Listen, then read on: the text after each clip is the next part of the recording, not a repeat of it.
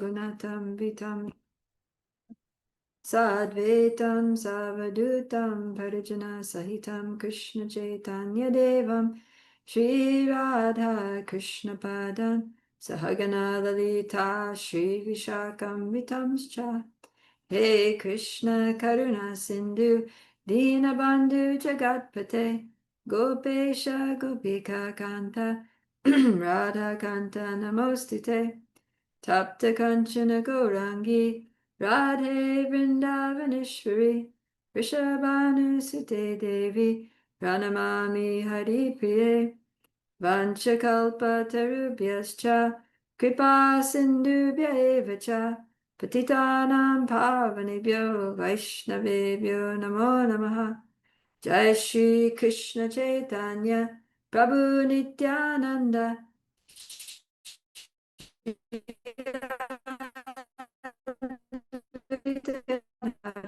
Shivasari Gaurabhakta Krishna Krishna Hare Hare Hare Rama Rama Hare Hare Namo Om Vishnu Padaya Krishna Prasthaya Bhutale Srimate Bhakti Vedanta Swami Niti Namane Namaste Saraswati Deve Gauravani Pracharane Nirvishesha Shunyavadi Paschatya Deshatarine Srila Prabhupada Ki Jai. Hare Krishna. So, we're going to be starting chapter 3 today. I hope you've read ahead.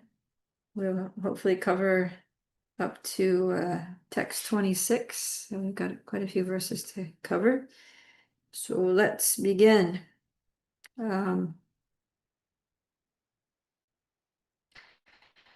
All right, so please read texts 1 and 2, translations. Go ahead, Sagar.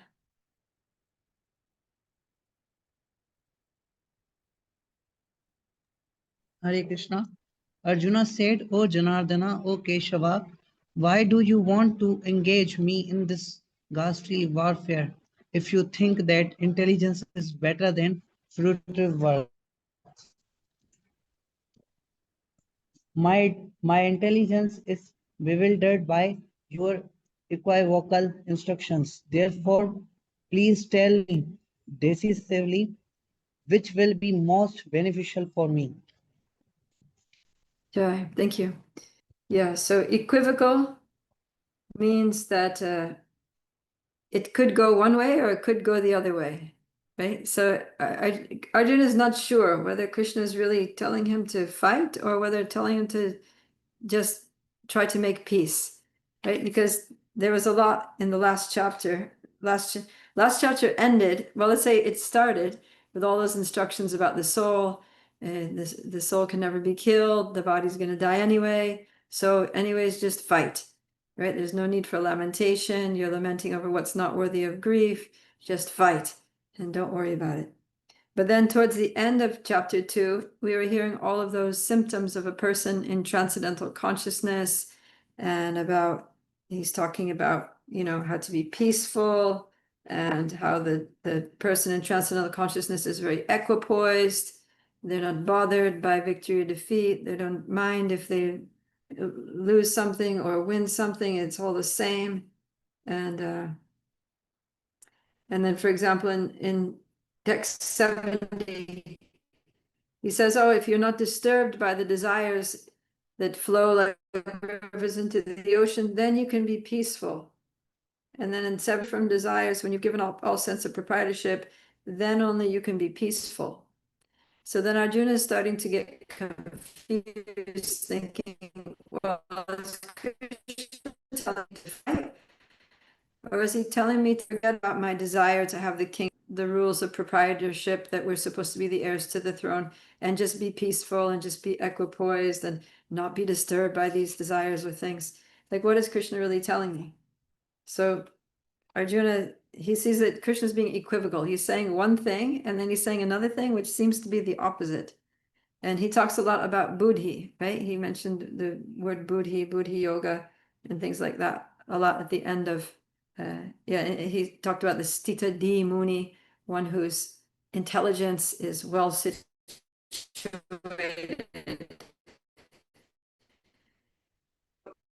It seems like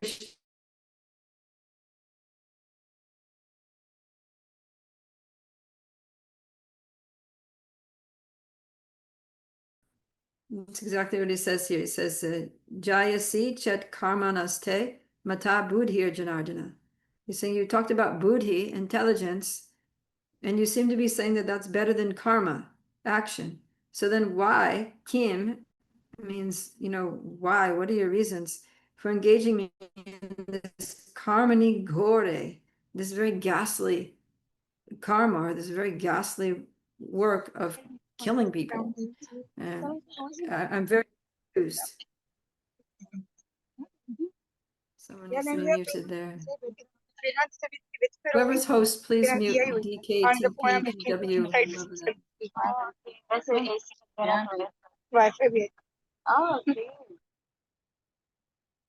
Thank you. Okay. So,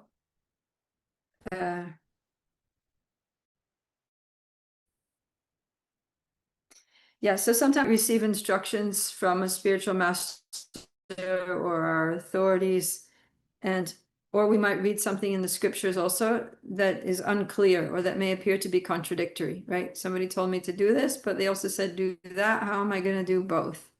Or you read something in the scripture and it says one thing and another part of the same scripture or a different scripture says another thing. How is it that both can be true? So then we can become confused. So Arjuna is confused. And of course, at this point in the Bhagavad Gita, Arjuna still has his preference, right? His preference is to not fight.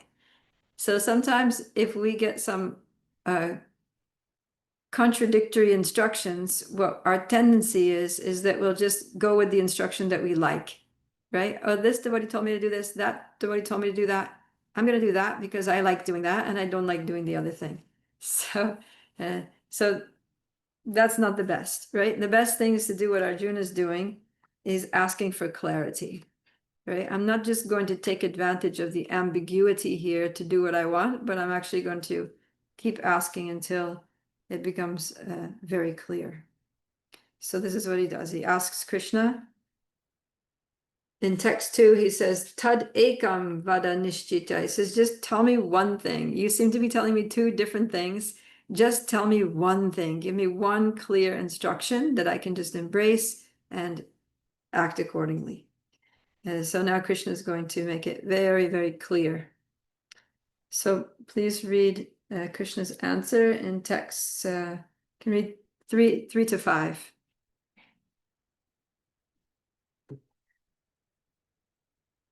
Go ahead, Kishori. Hare Krishna Mataji. Test 3. The Supreme Personality of Godhead said, O sinless Arjuna, I have already explained that there are two classes of men who try to realize the self. Some are inclined to understand it by empirical, philosophical speculation, and other by devotional service. Test 4. Not by merely abstaining from words can one achieve freedom from reaction, nor by renunciation alone can one attain perfection. 5. Everyone is forced to act helplessly according to the qualities he has, acquired from the modes of material nature. Therefore, no one can refrain from doing something, not even for a moment. Okay, thank you. Yeah, so Krishna is basically saying, Arjuna, I've already told you.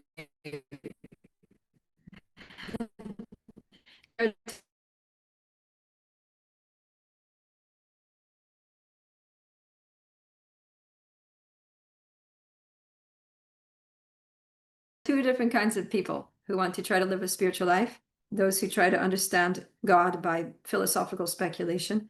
And then the other group is karma yogena yoginam. The last line are the karma yogis. Those who try to understand God or approach God through practical activity, through karma, right? Through work. So he says that But you should understand that you don't get free from reactions just by stopping actions. And Krishna is going to explain that in a lot of detail in chapter 4. And he says that by just renunciation alone, you don't attain perfection. So you can see already that Krishna is leaning very heavily towards work, right? Krishna's over between Jnana Yoga and Karma Yoga. Krishna's favoring Karma Yoga. He wants everyone to work. He wants everyone to be engaged, because just renouncing alone doesn't really help you. It doesn't even free you from karma, because sometimes it can mean abandoning responsibilities, which gets us bad karma, right? And then he goes on to say that after all, everyone has to act. Everyone is acting helplessly according to the qualities he's acquired from the modes of nature. So no one can refrain from doing anything, doing something even for a moment. So that's because the nature of the soul is to be active, right? As soon as someone is alive, they become active. You see, like small children, they're always just jumping around, wanting to do something. And then in youth, we get all of these desires to go out and do things. And as adults, then every stage of life, everybody is active. Even in old age, when the body is not so active, the mind is still very active and you still want to do things. And so what do? You just tell other people what to do. Right? The old grandparents are always like telling the grandchildren, oh, you're young, you should do this, you should do that. Or they tell their adult children, yeah, you should do it this way, do it that way. So everyone is active in whatever ways they possibly can be, because that's the nature of the soul. We cannot stop activities. So Krishna is basically making the argument here that, Arjuna, you know what? You're a Kshatriya. You have to act according to the modes, and Kshatriya is in the mode of passion. So Kshatriya has to act passionately in the world. They're going to be pushed to act like that anyway, to fight. And so you're not going to be able to stop that. So just use that in Krishna's service. Use that in my service, Krishna is saying. So that's really what Krishna is getting at, is that knowledge alone is not going to be the solution. We need to act, but even karma alone is not the solution. What we really need is both, right? We need to act with knowledge, or put our knowledge into action. So that's basically what bhakti is. Bhakti is not just knowledge in action, but it's love in action, or devotion in action. Right? That's in the beginning of our devotional service. Sometimes it's just knowledge in action, right? I know I'm not this body, I'm a soul. I know Krishna is God. I know I'm his eternal servant. Based on this knowledge, then what do I have to do? Serve Krishna, right? But then as we mature in our knowledge, then that knowledge turns more into love, right? Because to know Krishna is to love Krishna, because he's very lovable. He's very wonderful, and he's the supreme object of love. He's the natural object of our affection. So as that love grows, then devotional service becomes an expression of love. It becomes love in action.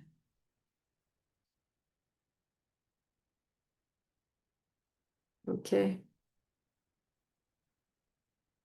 Okay, let's go. Let's read 6, 7, and 8. Let's continue with this same theme.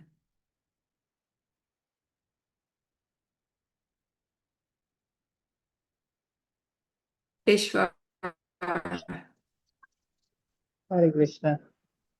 Oh, there's One who restrains the senses of action, but whose mind dwells on sense objects, certainly deludes himself and is called a pretender. On the other hand, if a sincere person tries to control the active senses by the mind and begins karma yoga in Krishna consciousness without attachment, he is by far superior. Perform the prescribed duties, for doing is so better than not working. One cannot even maintain one's physical body without work. Okay, Yeah. thank you. Yeah, so here it's very clear that Krishna is advocating work, right? Everyone should do some work, especially in the beginning when our minds are all over the place and we're still attached to the objects of the senses, and we still have things that we want to do in this world. If we prematurely, just go live in seclusion, cut ourselves off from the general mass of people, try to stop doing everything, just totally be absorbed in meditation, it's not going to work. It's just going to be pretending. So that's what he's saying, that if you stop action, but your mind is dwelling on the sense objects, then you're just deluding yourself. What is the use? What is the use of living a false life, pretending to be renunciant when actually you have all these attachments and desires? It's not helpful for you. It's not helpful for society. And Krishna uses the word here, mithya achar. This is the behavior of a mithya, of somebody who's just pretending.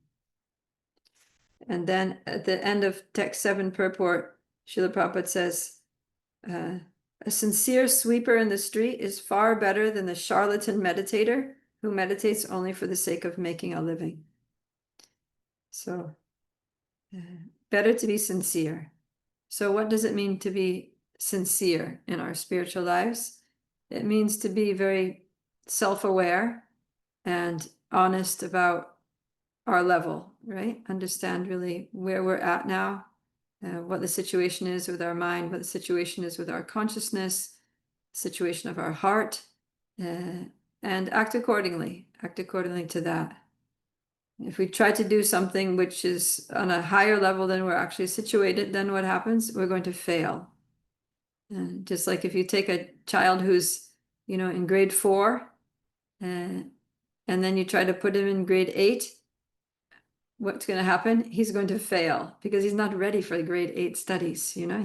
His intellectual capacity is limited to grade 4. Maybe you can push him into grade 5 at a stretch, but grade 8, no, he just can't. He doesn't have the capacity to, his brain is not developed to even be able to understand those concepts. So there's no, it may sound great. Oh yeah, my child, he's only 9 years old and he's in grade 8. Maybe something that parents will boast about, but the child is probably not very happy and is not going to do well, either academically or socially or emotionally or anything. It's going to be really difficult. And so in spiritual life, sometimes we want to be a pure devotee, and we're thinking, within next 2 weeks, I need to be free from all my material desires. Are you hearing me okay? Because it looks like my internet is not so stable. You're able to hear me? Yes, Mataji. Yes, Mataji. Yes, Mataji. But sometimes It's clear? Your voice is breaking a Okay, little good. bit, but chalega.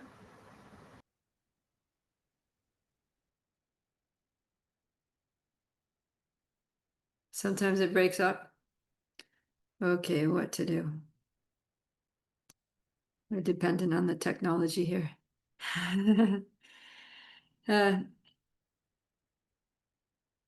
Was it? Oh, yeah. So if we try to be at a platform that we're not on, as much as we want to be on that stage, we want to be Uttama Adhikaris, we want to be Mahabhagavats, we want to be pure devotees, right? But it doesn't happen overnight. And it's not advised to try to imitate someone who's on a stage that we are not on, right? Prabhupada would say, don't try to imitate Haridas Thakur, right? Don't try to just go to Vrindavan and sit under a tree and chant 128 rounds every day, because you're going to end up leaving Krishna consciousness altogether, because you can't act on that platform, not ready for that. But rather stay in your position and do your duties and take good instruction from your mentors and gurus, and be, just be a simple, sincere, honest devotee and gradually make progress. And in due course of time, if we stick to it, then we'll come to that level. Yeah, because some people think spiritual life means to give up all activities. I'm going to quit my job. I'm going to drop out of school. I'm going to leave my family. I'm going to stop eating. I'm gonna wear only tree bark, live in a cave, not cut my hair, not cut my nails. You know, people have these kind of misconceptions about what spiritual life is. And Krishna's saying here that no, I don't Krishna doesn't recommend that. It's like stay in your position, control your mind and senses, and just be responsible and do it in Krishna consciousness. Raki? Hare Krishna Mataji. My question is that here in the purport, a sincere sweeper is in the street is far better. This one, which was talking, you were talking about. So my question is that if that someone is not in Krishna consciousness, but he or she is doing his duty or her duty very honestly, whatever the duty is on her or on him, so raising their child very honestly according to the guidance from Bhagavad Gita and from the gurus, and also but they are not chanting 16 rounds, and they are just doing the twice time 2 days sorry, twice a day, like prayer, they are praying twice a day or reading Bhagavad Gita or these things. Then what is the Krishna says about that people, they are which are not in Krishna consciousness? Do Krishna love them more or less? Well, Krishna loves everyone. Of course, but in the Krishna consciousness, as we are saying that chant 16 rounds and Krishna will be happy from us and all these things. But if someone is not doing that and doing his duty properly, sincerely, honestly, with his with the guidance of the Bhagavad Gita and from the gurus, that so is it okay, or I think you understand my question. Yeah. Well, do you have children? Yes, How many children do you have? 2 daughters. 2 daughters. Okay. Yes. So let's say one daughter is, she's very responsible. She keeps her room nice and clean. She's respectful. She goes to school and does her homework very nicely. And the other daughter, she kind of like tries her best, but sometimes she gets distracted and she struggles at school, and her, her marks are not so high as the other daughters. So do you love one more and one less? No, of course not. And actually, my 2 daughters are the same as Okay. you are saying. One is very, very focused in her education, and one is like careless, don't do her homework or properly or doing anything. So same as you said, these are my 2 daughters. Good. Yeah. And you So love them both the obviously, same. I love them both. But you deal with them a Of little bit course, differently, right? The one who is misbehaving or not doing properly, then sometimes you need to speak with her a little more sternly, right? You need to try to discipline her a little yes, more. The other yes, one, she's doing everything right, you can just be very sweet with. So it's not that Krishna doesn't love someone more or mm, love someone less, but he reciprocates according to our attitude towards him, right? So somebody who's trying very sincerely to serve him, then Krishna, he's very mm, sweet, he's very kind, he's very helpful, he's very merciful. And someone who is, rejecting him, or is maybe trying to be a devotee, but not so seriously. They're kind of like, all right, I'll chat around a day, or, yes. I'll, like that. Sometimes take prasadam, sometimes eat out at a restaurant.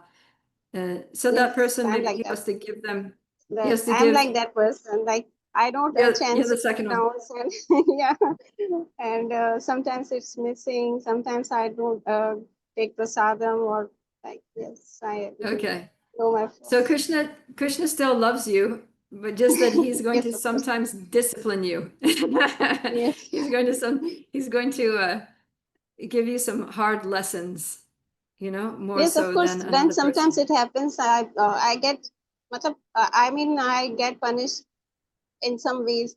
Then I think that is it for that I'm not doing properly, or in bhakti, or I'm not chanting 16 rounds, or I'm not taking prasadam, so is it for that? So sometimes I think that. Yeah. So don't think Krishna doesn't love you. He's just waiting. He's trying to help you to love him more, Yes. right? Because love means that we want to please the person. Mm. So if we really love Krishna, then we're going to want to do what pleases him. And we know what pleases Krishna by what Srila Prabhupada has told us pleases Krishna, because Srila Prabhupada knows Krishna very well. So that's why Srila Prabhupada says you chant 16 rounds, follow 4 regulative principles, take only Krishna Prasadam, associate with devotees, study Bhagavad Gita, hear Srimad Bhagavatam every day, and try to share Krishna consciousness with others. Different things, right? Yes. All the instructions Prabhupada's given us. Then we please Krishna. If we love Krishna, then we're going to do those things to please Krishna. Our problem is that we want to please ourselves. So, Mhm. you know, we're like myself first. Anyways, that's the material disease. That's why we're here. So everybody, to some extent, if they're not a pure devotee, like that I want to enjoy myself. And if I can enjoy myself doing devotional service, I'll do it. Right? If I like the prasadam, I'll take prasadam. If I don't like what they cook today, I'll go eat at a restaurant. So, like that. Anyway, so we just need to be honest, right? And do what we can and pray to Krishna for help. Pray to him to purify our hearts so that we can love him more and live our lives, mold our lives in a way that pleases him. Thank you. All right. So we read, we read 6 to 8. Yeah, so that's the qualification for bhakti. Qualification for bhakti is to be sincere. And and to work, right? Krishna says we need to do our work. We can't even maintain the physical body without work. We have to do something.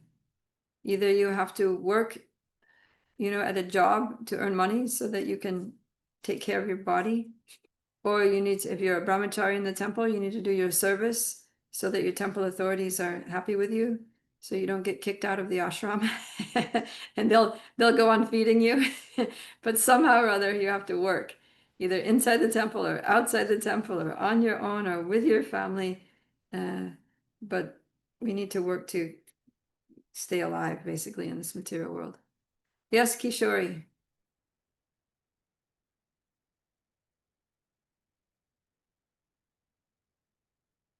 Kishore, you have your hand up there. You have a question? Or some words of wisdom?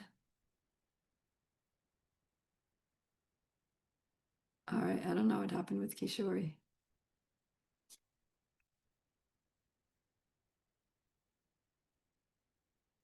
Okay, so let's go on. And someone please read text 9. Text 9 is a very important verse.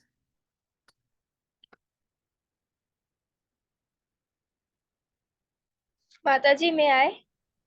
Yes, please.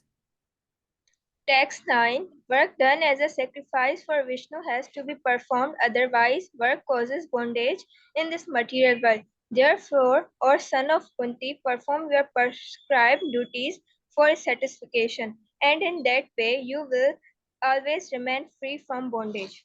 Text 10. In the beginning of So creation, just hold on. Just 9. Okay. I'll just focus on 9 for a while. Thank you for your enthusiasm. So text 9 is all about spiritualizing our work. Okay, so this is a very important verse, and it's a verse that we can immediately and easily apply in our lives. So Krishna is basically explaining the difference between material activity and spiritual activity.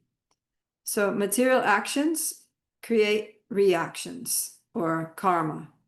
And good actions give us good karma, which brings us material pleasures, and bad actions create bad karma, which bring us suffering.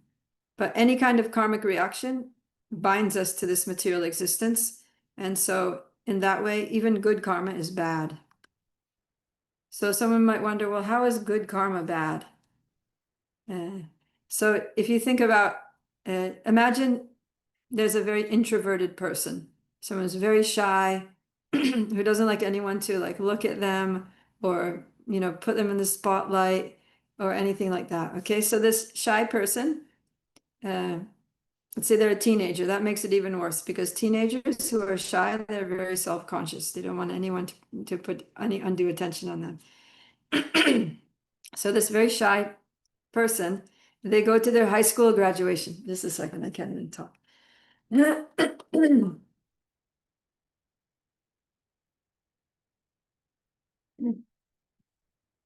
They go to the high school graduation and they don't want to go at all because high school graduation, everybody has to get up there, stand on the stage, and get their diploma. And sometimes, well, usually the teacher, the principal will say make you stand there while they say some, you know, praises of you or something like that. And everybody's looking and taking your picture. And so this person's very shy. She doesn't want to go to the graduation, but whatever, her parents force her, she goes. So then as soon as she gets there, she's just like, oh no, I wish I could just leave. I don't want to be here. This is so awkward. And then uh, she gets up on the stage, and then all the teachers, because she was a good student, all the teachers are saying so many praises. And yeah, she's just like, I want to go home. And so at that point, with that person, either she was a bad student and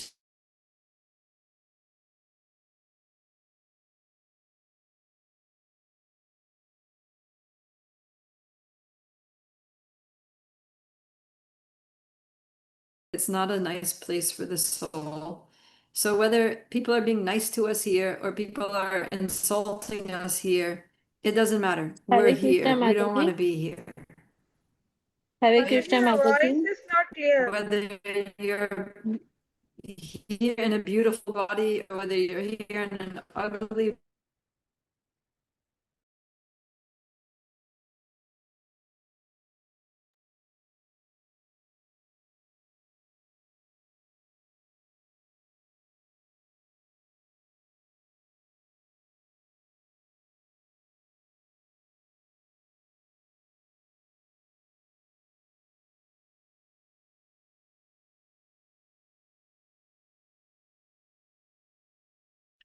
Krishna. Okay, back. So yeah, whether you're here in a beautiful body or you're here in an ugly body, whether you're here with a lot of money or you're here in poverty, the problem is that we're here and we need to get out of here, right? We need to go back home, back to Godhead. So if we do good material activities, we're going to get good karma, but that's going to make that we have to stay here in the material world in order to enjoy our good karma. Yeah, Krishna Priya, what's the problem? Can you guys hear me? Yeah, actually, Mataji, the example which you were saying about that shy girl and the high school, high standard school. So everybody missed that example because of network issue. So can you please just repeat it?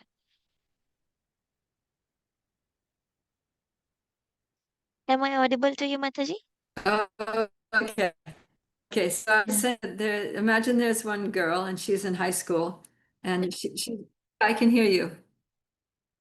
So imagine that there's a teenage girl, she's in high school and she has to go to her graduation. So this girl is very, very shy, very introverted, and she doesn't want to get all that attention. She doesn't even want to be in that place full of so many people. She'd rather just be in her room, you know, reading a book or something. Anyways, her parents forced her to go to the graduation, and then she gets called up onto the stage, and you know, the teachers are saying praises of her, what a good student she was, how she's always on time, how she's so intelligent.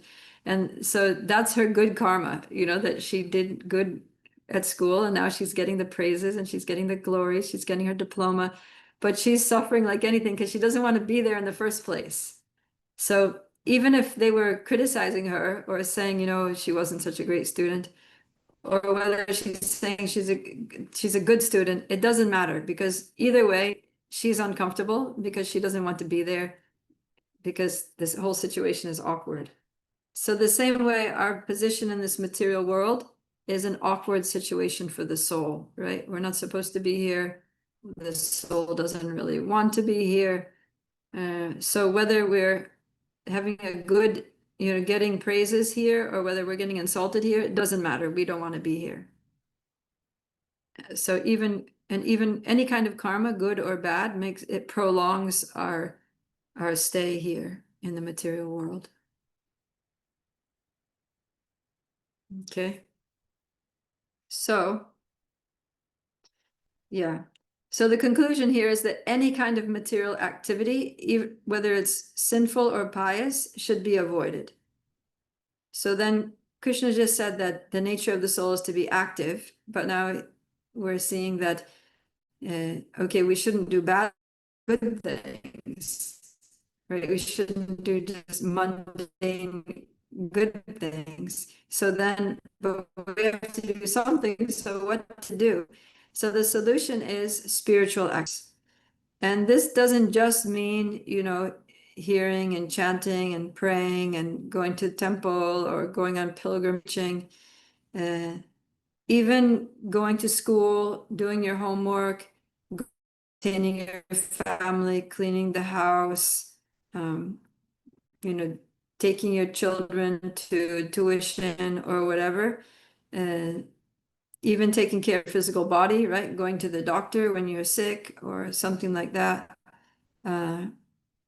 Even though they seem to be mundane activities, but if we do them in the right consciousness, then they also become spiritual activities. So that's what Krishna is saying here, that we have to do everything as a sacrifice for the Lord.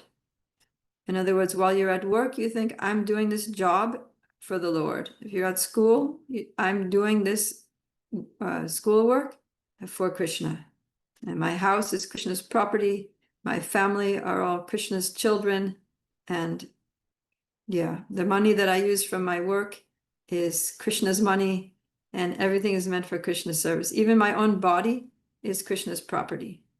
So instead of just trying to enjoy my body, I use it for service. I use this body for sadhana.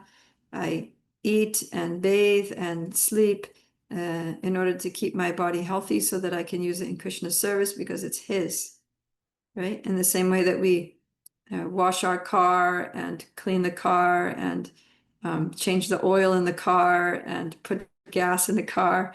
Why? So that we can use our car to go to the temple, to go out on book distribution. So body is just a car. This material body is just a vehicle. So we put gas in, we put food in the vehicle. We keep the vehicle clean, keep the vehicle healthy. If car breaks down, we go to the mechanic. So if the body breaks down, we go to the doctor. And these are all just aspects of our service. They're all just supportive to our devotional service. And in effect, they are also spiritual activities if we do them for Krishna. Okay, so that's what Krishna is saying here in text 9. He says, O son of Kunti, perform your prescribed duties for his satisfaction. And in that way, you will always remain free from bondage. Okay. All right. Any questions or thoughts on that? Kishore, you have your hand up. You want to put your hand down? Otherwise, you're confusing me. I have Unless a you have question, something. Mataji. Oh, go ahead then. That Mataji in chapter 3, verse 3, Krishna is saying that there are two classes of men. Mataji, please explain this point. Yeah, so the two classes of men are the jnana yogis and the karma yogis, right? He says two people that try to understand the self, right? Two different kinds of people that try to understand God, basically. So one is they try to understand through knowledge, right? Through studying about God, about the soul.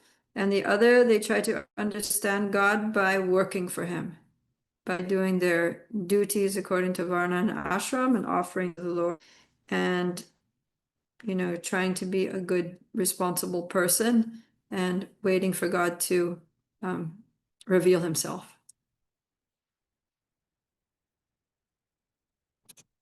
Okay.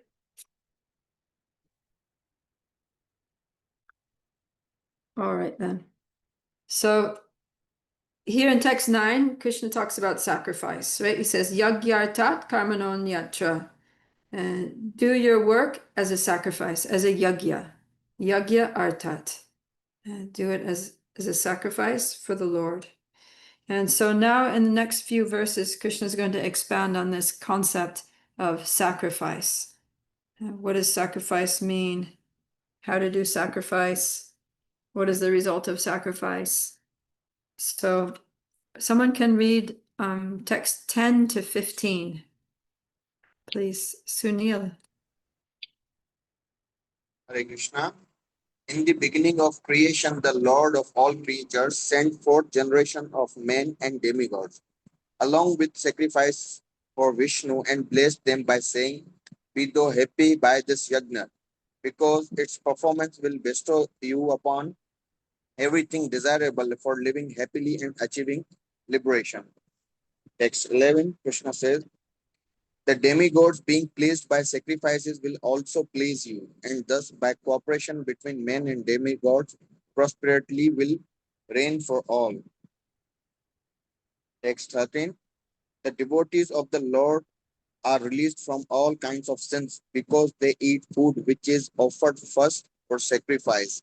Others who prepare food for personal sense enjoyment verily eat only sin.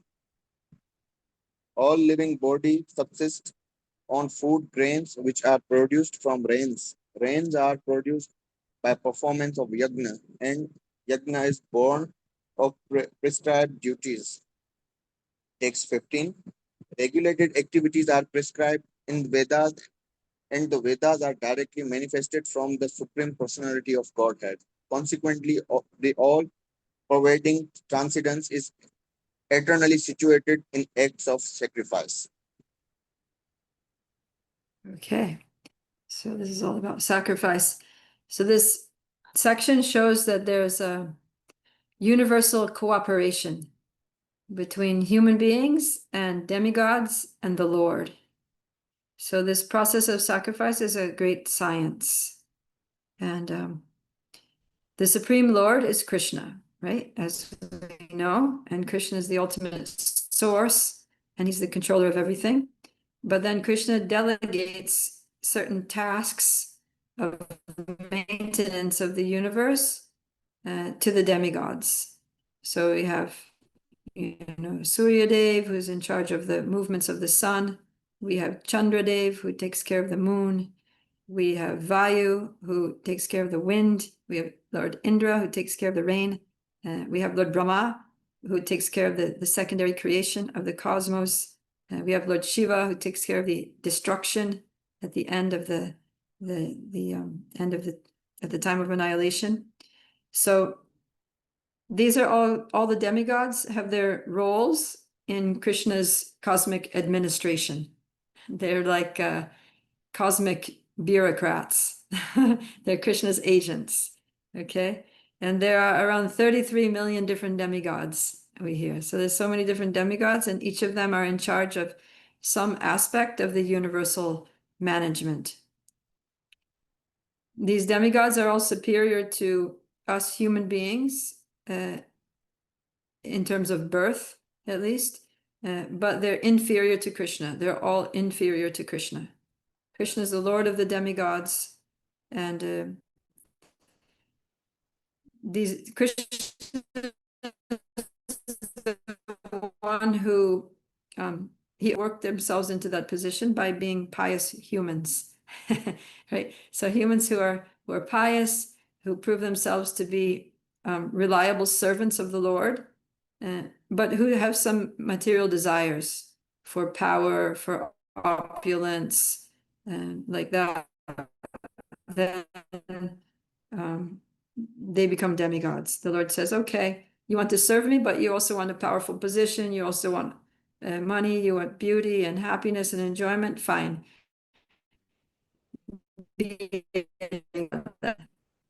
And you can serve me that way and have all of your, nice things in your life. So, and Krishna also gives them the intelligence to carry out their functions.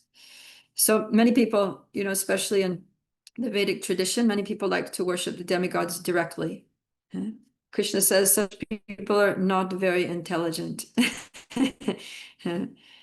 So yeah, Krishna doesn't advise demigod worship, and demigod worship is not necessary because the demigods are all just like leaves and branches of the tree, and Krishna is like the root. So in Srimad Bhagavatam, there's a verse that says that we should water the root of the tree, and then all the leaves and branches will be satisfied with water.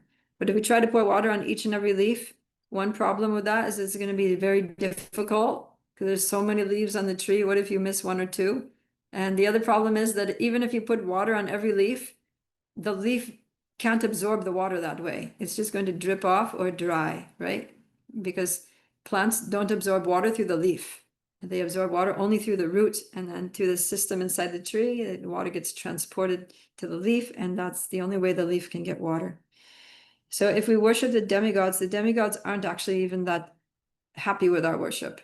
But if we worship Krishna, then they're more happy because then they actually are able to get the results of the worship. So, yeah. So when Krishna is happy with us, then the demigods are also going to be happy with us, and they're going to supply everything that we need in abundance. But if we don't express gratitude towards the Lord, if we just, disregard him, just try to exploit the resources that he's given us according to our own desires, then we become like thieves, right? Srila Prabhupada mentions that we become like a thief who just wants to take somebody else's property without any regard for the owner. And what happens to thieves? They get punished. So that's what happens to us. So everything in this universe belongs to Krishna. Isha Vasyamidam Sarvam, right? Isha Upanishad says that everything or inanimate within the universe is owned and controlled by the Lord. And so the Lord gives each of us a quota, a certain amount according to our karma, or whatever the Lord wants us to have, he gives. And if we try to take something more, then we become a thief. We become punished. We get punished for that by the laws of nature. So yeah, we don't want to do that. But we want to show appreciation to Krishna. That Krishna, you've given us so many nice things. You've given us a beautiful sun and, beautiful planet Earth with so many resources. So let me use these resources in your service. Let me give something back. And so this is the cycle that Krishna gives and we give back. And then he's happy with our offerings. And then he's pleased to provide more. And he engages the demigods in providing those things, right? So when we please Krishna by yajna, and of course the yajna for this age is chanting Hare Krishna, Krishna Krishna, Hare Hare, Hare Ram, Ram Ram, Hare Hare. The Sankirtan yajna, that's the Yuga Dharma for this Kali Yuga. So when we perform that yajna, then Krishna is very happy. When Krishna is happy, the demigods are happy. And Krishna tells the demigods, give them nice rain, give them nice sunshine, give them beautiful moonlight, make the winds favorable, everything nice. And yeah, and then life becomes good. So that's what Krishna is saying. You just do these sacrifices, and the demigods will be satisfied. They'll supply all the necessities of life to you.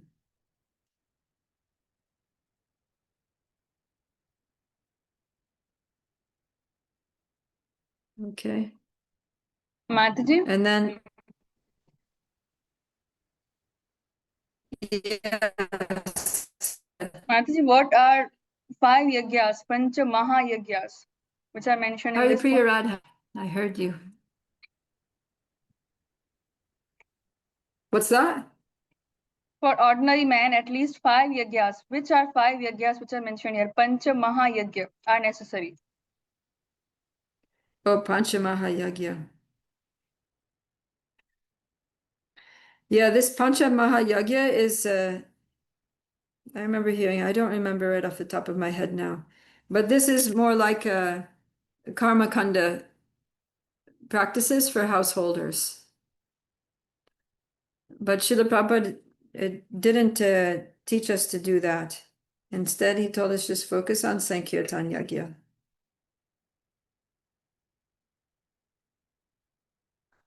Yeah, I don't think we need to worry about the 5 different yagyas. We just focus on the Sankirtan Yagya, everything becomes complete. Okay, so 313 is an important verse because it talks about the importance of prasadam, right? Food offered to Krishna. How the devotees of the Lord are released from all kinds of sin because they eat food which is offered first for sacrifice. So this is why it's important to always eat prasadam. We offer our food, then it becomes free from any kind of bad karma. And not only that, but it purifies us because it becomes non-different from Krishna, right? It's literally prasada means Krishna's mercy. But if we eat food that's not offered, that if it's just prepared for personal sense enjoyment, then we're eating only sin. So eating sin is not a good idea because there's a saying that you are what you eat. And if you're eating sin, then what do you become? Sinful. Belly full of sin, life full of sin, and sin does not have good results. If you're in a hurry, if you're at school or you're at work and you don't have time to, cook, it's an emergency situation or you have a long train journey or something, but whatever you buy, try to buy something which is offerable to Krishna, right? Like some fruits or nuts or yogurt or something like that, which you can offer. Krishna will accept that. Or even to go to some, pure vegetarian restaurant, at least.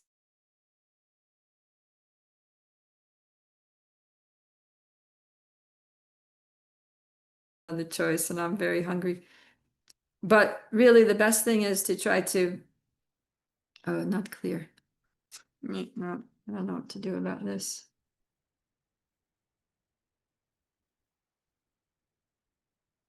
Because my computer is saying that my internet is fine.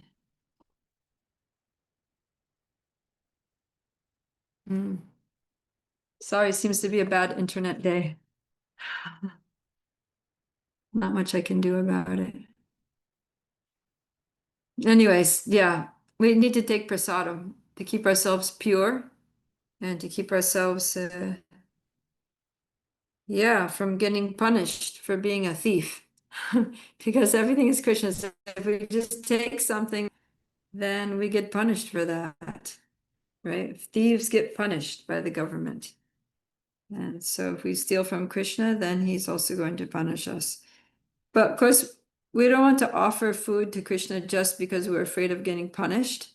We want to offer food to Krishna out of love and devotion, right? Because Krishna is so kind, Krishna is so wonderful. We want to please him.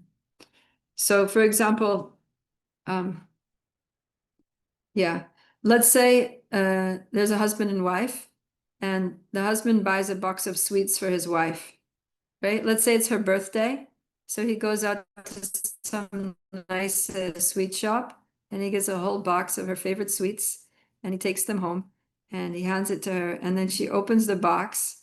And because she loves him, even though it's her birthday and even though he gave the sweets to her, first thing she's going to do is take that box of sweets and hold it over for him and invite him, please take one. You please take one, right? That's being polite. That's like etiquette, but it's also what you would do naturally if you love someone.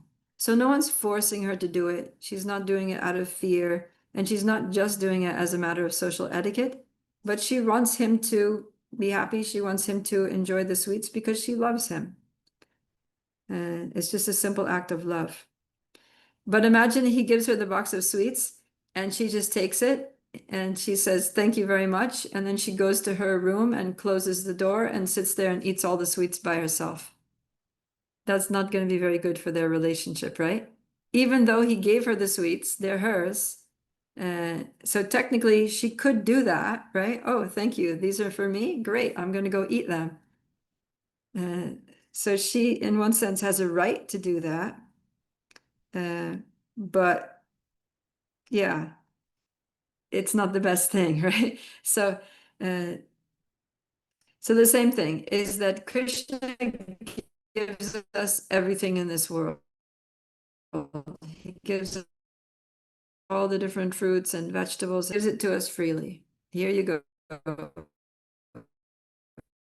Take the whole world, it's yours. And so we can, okay, Krishna gave us this, I can use it as I like. We can do that, but it's not going to be a good fit, right? We're going to and be like, oh, she just took that and just like ran off and enjoyed it. She didn't even say thank you. So then he's probably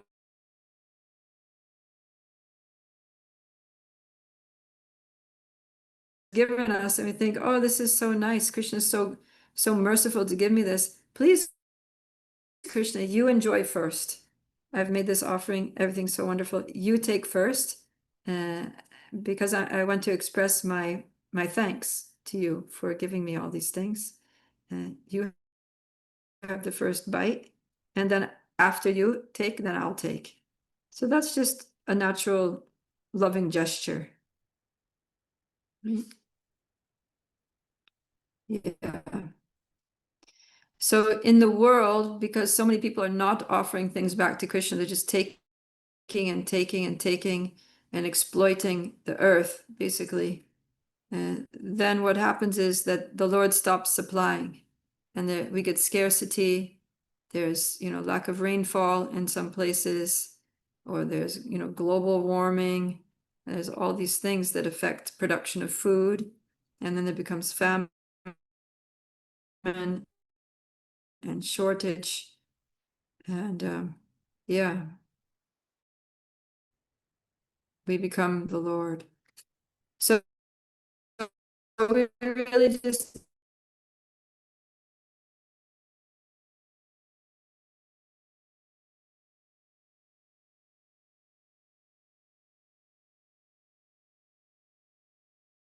offer food to Krishna, then find someone who knows and who can teach you, so that whatever situation you're in, you can always offer your food to Krishna.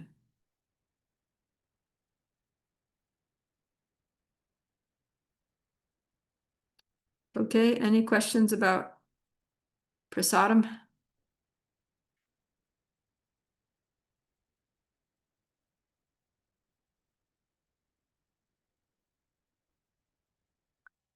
Okay, I think maybe we'll just take a break here.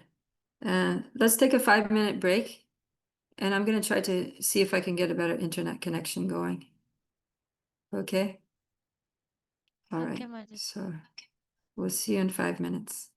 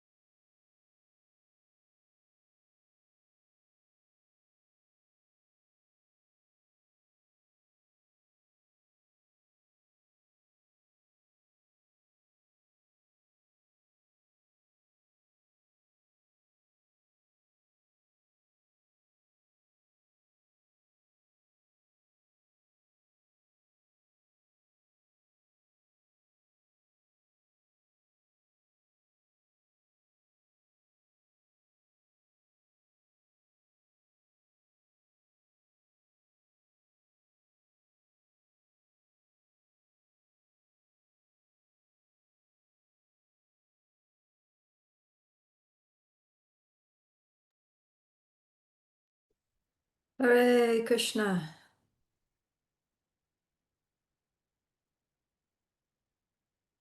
Jai.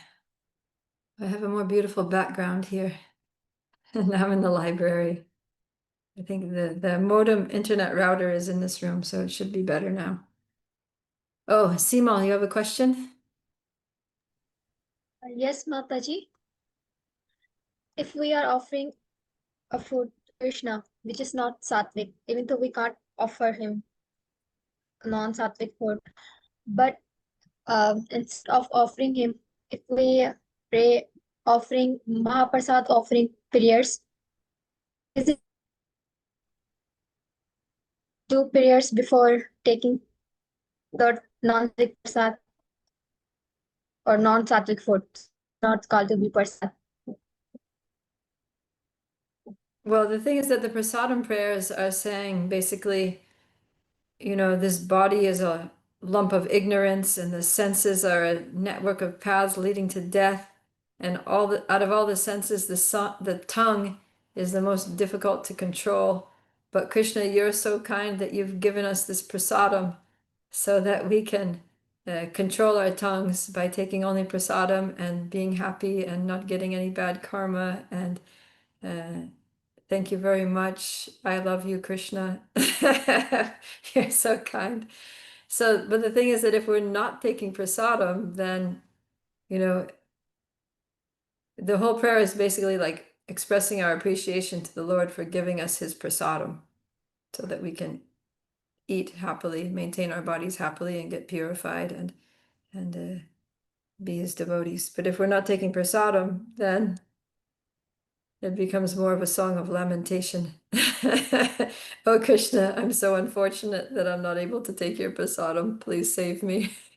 Please help me. Yeah. I mean, the best thing is we have to somehow or other figure out a way to have prasadam. Yeah. If you can't cook for yourself, find somebody, a devotee to cook for you, or, wake up extra early in the morning and cook your meals so that you can take breakfast and lunch, pack your lunch with you to take out with you during the day so you don't have to eat outside. You can make something simple, just make some rice and a dal with vegetables in it. It takes, you can make that in like half an hour. And then you eat that for breakfast, you pack it for lunch, and like that. Take some, fruits or snacks, have some, some savory snacks that last for a whole week. You can make them on the weekend and then store them. Take that with you too when you go out. Anyways, you just need to figure it out, use your intelligence to find out how you can always take prasadam. Yeah. Okay, Damni? Hare Krishna Mataji. What if we are taking both prasadam and not the prasadam? Like right now, I am taking prasadam with it. I am not. It is prasadam, but the another dish is not a prasad. I haven't offered it. So offer it. Just offer everything. Don't put anything in your mouth unless you offer it. And yeah, you can always offer it. Whether Krishna accepts is another thing, but try to cook something that's acceptable to Krishna, right? That the ingredients are everything that Krishna likes. Of course, it has to be at least pure vegetarian, no meat, fish, or eggs. And then offer to Krishna. But try to make it as pure as possible, like nothing that's processed, no onions, garlic, not too spicy, nice quality food in the mode of goodness. Nutritious, wholesome, healthy, natural, fresh. Then Krishna will accept it. We offer with love and devotion.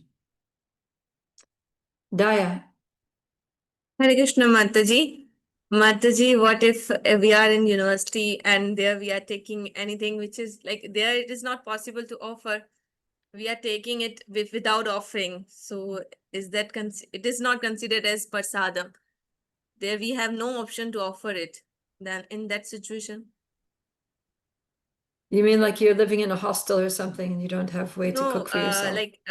it is like this, from morning 7 p.m. to 4 p.m. From 7 a.m. to 4 p.m. I'm going to university. Yeah. There I am taking any fresh juice, and I'm taking that without offering. So it is not prasadam, but I am taking. No, but if you're having just juice, you can offer the juice because juice is not cooked. But how could I offer in my university? There's You no just offer. You just, yeah, you don't have to have an mentally. altar. You don't have to have a whole altar and everything to put it in a little Krishna silver little bowl and put it on the altar. You just offer it. They give it to you in a cup and you just put that cup on the table and you say Namo Om Vishnu Padaya Krishna Prastaya. But you say the offering mantras and you just offer it. You get a vision of, while you're saying Prabhupada's pranam mantra, you visualize Srila Prabhupada in your mind, and then you're imagining you're offering that to Prabhupada, and then you say Panchatattva mantra, Namo Mahavaranyaya Krishna Prema Pradayate Krishnaya Shri Krishna Chaitanya Namne Gaur Jishe Namaha. Or if you don't know that mantra, you can just say Jai Shri Krishna Chaitanya Prabhu Nityananda Shri Advaita Gadadhar Srivasadi Gaur Bhakta Vrinda, and then you in your mind, you're thinking Srila Prabhupada is offering this to Lord Chaitanya and his associates. And then you say either the mantra for offering to Krishna, Namo Brahmanya Devaya, Go Brahmanitaya Cha, Jagaditaya Krishnaya, Govindaya Namo Namaha. Or if you don't know that, you can just say Hare Krishna, Krishna Krishna, Hare Hare, Hare Ram, Ram Ram, Hare Hare. And imagine that Radha and Krishna are drinking that juice. They're enjoying that juice and they're accepting it. And then you wait, 30 seconds or something. And then you say, thank you, Krishna, for your prasadam. And then you drink your juice. Okay. Very I used simple. to offer in my home. At my home, I used to offer, but sometimes it happens. That's why I asked. Yeah. Thank Yeah, it's you. very simple. Offering to Krishna, it doesn't have to be complicated, right? It's less about, the paraphernalia. It doesn't have to be in a special bowl, a special cup. You don't have to even have a bell. You don't have to put it on the altar. It's just it's just an expression of love between you and Krishna. Remembrance. Yeah, you just remember him, and in your heart you offer. If you're in a place that's surrounded by people, you don't have to say the mantras out loud. You can say them in your mind. You're doing it in your mind, right? And then Krishna accepts that you remembered him. You become purified by remembering. Even if you're not in an impure state, even if you already, you use the toilet or something like that, or whatever, it doesn't matter. You just remember Krishna. You become purified by remembering Krishna. Krishna is happy that you remembered him, and then from your heart you offer that thing as whatever your boga, you offer to Krishna with devotion, and then he accepts it. Barka? Hey Krishna Mataji. The question is that nowadays it's really common. The doctors give us some nutritious diet, which includes non-veg and something like that. However, for example, I'm a Krishna consciousness person. I don't eat non-veg, right? And I'm going to the doctor to have a full routine checkup on my body, and they say you need protein, you need to eat this thing, and I know I cannot. My body is weak. I understand I don't have that much protein. Even though I guess it's a misconception that those things have that much protein, but I cannot offer it to Krishna. It's not a prasadam. For the sake of family, I have to eat it. For the sake of my body, I have to eat it. But by heart, I cannot accept it. What to do in that situation? It's not a prasadam after all. Yeah, I mean, you don't have to eat meat for protein. You can eat lentils, dal, beans, like that. There's so many sources of protein. In fact, lentils have more meat per, gram, have more protein per gram than meat, most varieties of meat. So you don't have to eat meat. You just need to eat more dal, more, beans, and Exactly, you'll be but fine. the doctor's advice, and then family asks you to follow that advice, Yeah. and then and then you are in a chaos. Oh, whom should I follow? No, the thing is that you don't need to eat meat, you just need protein, right? And then the doctor Okay. is thinking, oh, for protein, easy solution, you just eat meat.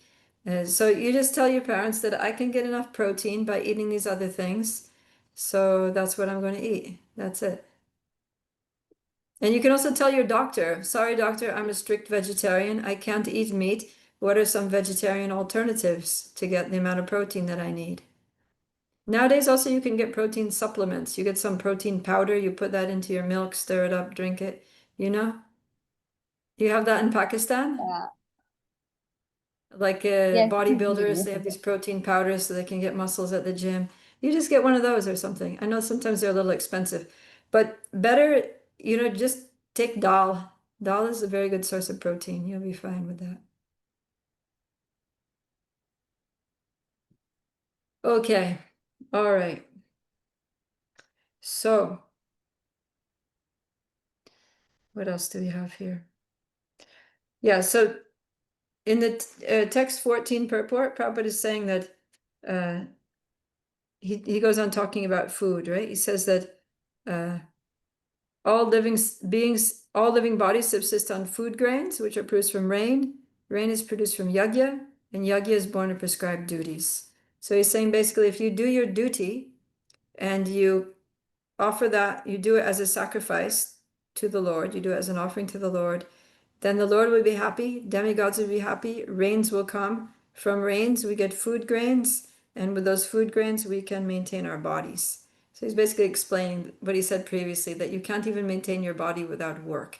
And you literally can't maintain your body unless your work is done as a sacrifice, because the Lord needs to be pleased, and then he'll provide all the things that we need for us to maintain our bodies.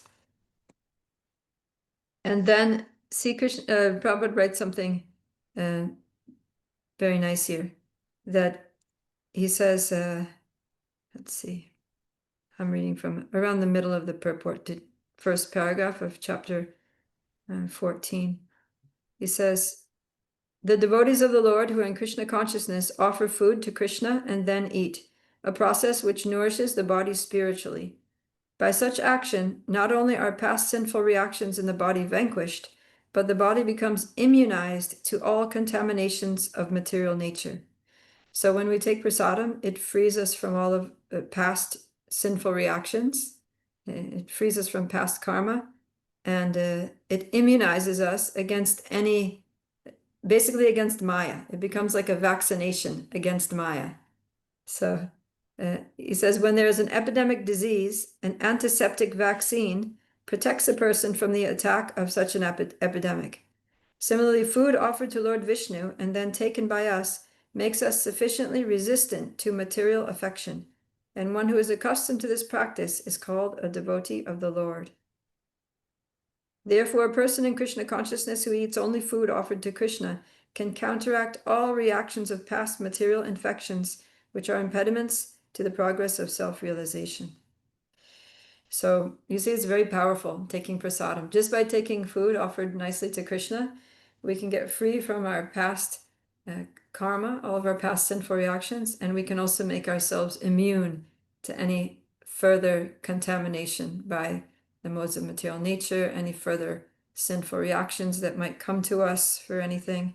It keeps us safe, protects us against Maya. It's like a shield. It's like a force field against Maya. And then we can go out, we take prasadam, and then we go out into the world, and Maya can't touch us because we're eating only Krishna prasadam. Yes, Daya? Hare Krishna Mataji. Mataji, I have a question related to prasadam. Mataji, like in our house, we have prasadam as well as the food which is made up in garlic onion, right? So if I am mixing the prasadam in the food which contain garlic and onion, then what will be that garlic onion food?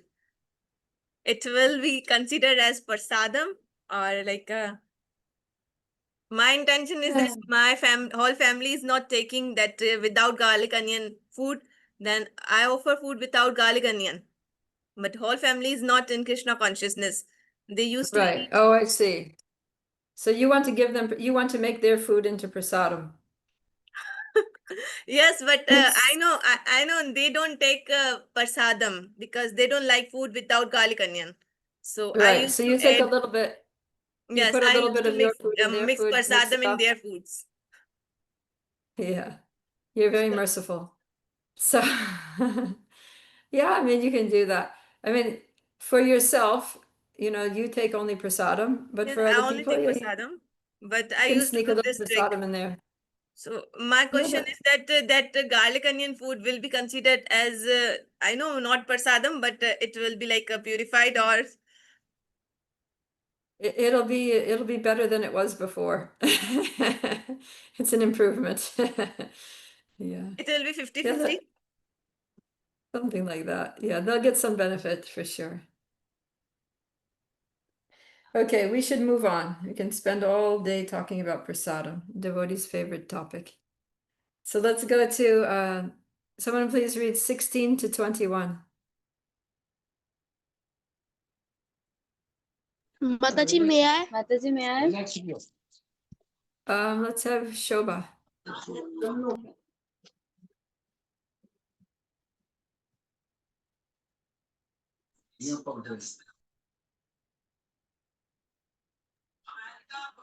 We can't hear anything, Shobha.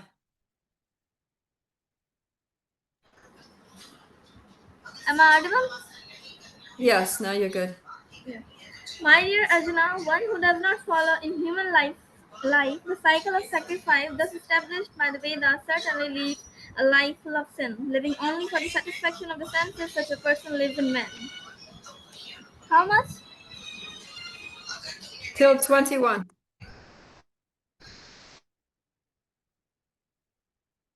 Until 21. What happened to Shobha? She got frozen.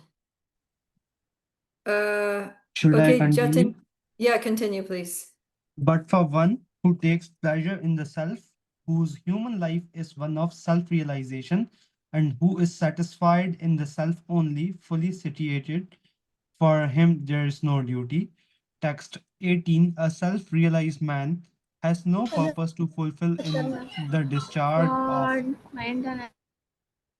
Oh, in the discharge of his prescribed duties, nor has he any reason not to perform such work, nor has he any need to depend on any other living being.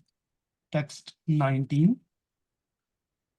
Therefore, without being attached to the fruits of activities, one should act as a matter of duty, for by working without attachment, one attains the supreme. Text 20. Kings such as Janaka attained perfection solely by performance of prescribed duties. Therefore, just for the sake of educating the people in general, you should perform your work. Text 21. Whatever action a great man performs, common men follow, and whatever standards he sets by exemplary acts, all the world pursues. okay. Thank you very much. Yeah. So Krishna is talking about how everyone has to do some work, right? So before he was recommending do some work and offer your work in as an offering. Make your work, your food, your education, everything that you do, whatever it is, do it as an offering to the Lord. He's going to say that again in 327 coming up. But basically, he's already saying that, right, in these previous verses. And now he's saying that for a person who's fully Krishna conscious, you don't necessarily have to work, right? Someone who's fully Krishna conscious, who has no material attachments, no material desires, they really don't have anything to do with this material world anymore. They don't have any material duties to perform, but still, they don't have any reason not to do those duties, right? Because they're so Krishna conscious, even if they do engage in some work out in the world, they're not going to be entangled by it because they're not getting karma for it because they're doing everything in Krishna consciousness. So they're not obligated to work. At the same time, there's no reason not to work. And then Krishna says, actually, there's a very good reason why they should work is to set the example for everybody else who does have to work, right? Because whatever action a great person performs, common people are going to follow. So most people in this material world are not fully Krishna conscious, right? You probably noticed most people are not fully Krishna conscious. So that means they have to work, because if they don't do their prescribed duties, then they're just going to be lazy and irresponsible and become degraded. And like Prabhupada would say, an idle's mind is a devil's workshop. So most people have to work.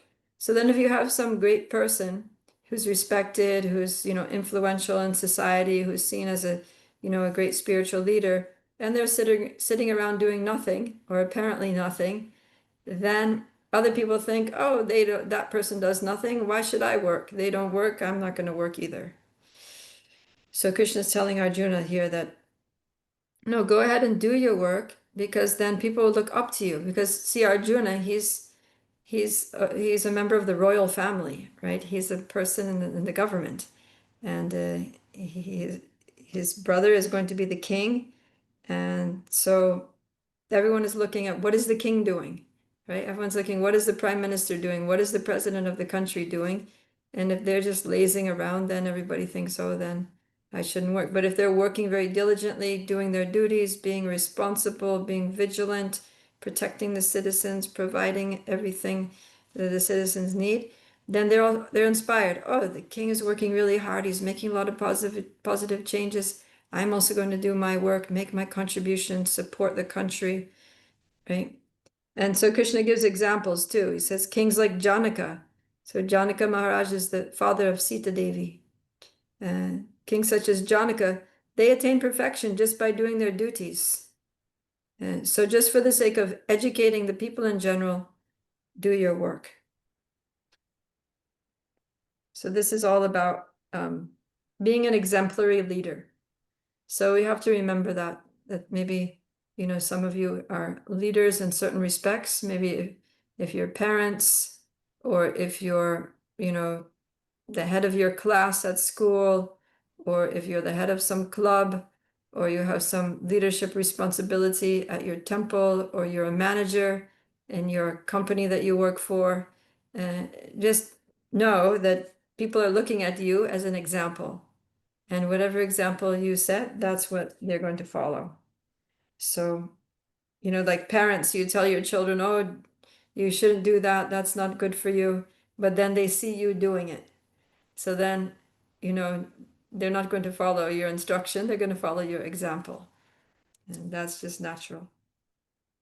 That's what I was saying, that a leader cannot teach the public to stop smoking if he himself smokes. Lord Chaitanya said that a teacher should behave properly before he begins teaching. And one who teaches in that way is called Acharya. So Srila Prabhupada is our founder Acharya, right? And if we study the life of Srila Prabhupada, although, we are too young to have seen Srila Prabhupada, but we have so much, we have the whole Prabhupada Lilamrita, we have so many classes and videos of Srila Prabhupada. We have all kinds of things that we can know what Prabhupada did. We can know what Prabhupada's daily schedule was like, how he behaved, all the ways that he served and interacted with people in this world. And we also have so much information also on other acharyas like Bhaktisiddhanta Saraswati Thakur and Bhaktivinoda Thakur. His daily schedule was very exceptional. And the six Goswamis, right? If we just study the song Sat Goswami Astakam, you can hear that they were always engaged in hearing and chanting and showering mercy on other people and studying the scriptures and extracting the essence and writing books and focusing on Krishna, and their regulative principles were like lines in stone, carefully counting their mantras, counting how many times each day they would pay obeisances to Vaishnavas, constantly engaged like that. So these are the real teachers, right? Those who not just preach, but also practice what they preach. And when you practice what you preach, then people are going to actually take you more seriously. And they're going to learn not just from what you say, but they're also going to be able to follow in your footsteps and learn from seeing what you do. right? That was actually Lord Chaitanya. That was one of the reasons why he came, right? Is to teach us how to be devotees. Lord Chaitanya is Krishna himself, but Krishna thought, oh, in Kali Yuga, people are so dull. They don't understand how to be a devotee. I need to go there and show them by my own activities how to be devotees in Kali Yuga. So he came and he taught us that you chant the holy names, read Srimad Bhagavatam, associate with devotees, take prasadam. You can take as much prasadam as you want, big feasts, chanting and dancing and performing Ratha Yatra and swing festival and bathing in the Ganga, going on pilgrimage to Vrindavan, defeating Mayavadis and atheists, you know, so all the activities of Lord Chaitanya are all the things that he's teaching us to do. So that's our movement, that's our culture, our spiritual culture of Gaudiya Vaishnavism. It's worshiping the Lord the way Lord Chaitanya worshipped him. Lord Chaitanya is the Lord himself, but he taught us by his example how to worship the Lord. And then all of our acharyas, they followed in his footsteps and they expanded his teachings. And that's what we have now. That's our practice. So we should have no doubts about what we're doing in ISKCON, because we're doing exactly what Lord Chaitanya taught us to do. And because Lord Chaitanya is Krishna himself, we're literally just following the instructions of the Lord. Right? So in the same way here we have Bhagavad Gita, Krishna himself is instructing Arjuna, fight. And so we have Krishna himself in the form of Lord Chaitanya instructing us, chant Hare Krishna. And spread this holy name, this chanting of Hare Krishna to every town and village all around the world. And all of you, on my order, become guru and liberate the land. Learn the science of Krishna and then teach it to others. And that's the way to be happy. So, yeah, this is the example that Lord Chaitanya set and taught us to follow. And when we follow that example, we also become good examples for others. And then others know how to work in this world, how to work in Krishna consciousness, whatever you're doing. So some of you are students, you show the world how to be a Krishna conscious student. Some of you have jobs, show the world how to be a Krishna conscious professional or a Krishna conscious employee. Some of you are parents, show the world how to be a Krishna conscious parent, how to raise your children in Krishna consciousness. Right? Whatever you're doing, do it in Krishna consciousness to set a good example for others so they can see how to make everything that they do spiritual. Because this is the main thing, how to do everything as an offering to Krishna.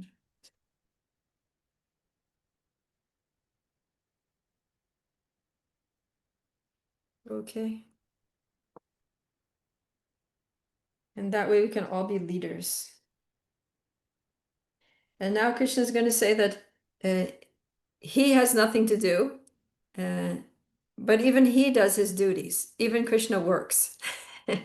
So let's read text 22 to 26. Mataji, may I? Yes, go ahead, Roshni. O son of Pratha, there is no work prescribed for me within all the planetary systems. Now, nor am I in want of anything, nor have I a need to obtain anything, and yet I am engaged in prescribed duties. Text 23. For if I ever fail to engage in carefully performing prescribed duties, O son of Partha, certainly all men would follow my path. Text 24. If I did not perform prescribed duties, all these worlds would be put to ruination. I would be the cause of creating unwanted population, and I would thereby destroy the peace of all living beings. Text 25. As the ignorant perform their duties with attachment to results, the learned may similarly act but without attachment for the sake of leading people on the right path.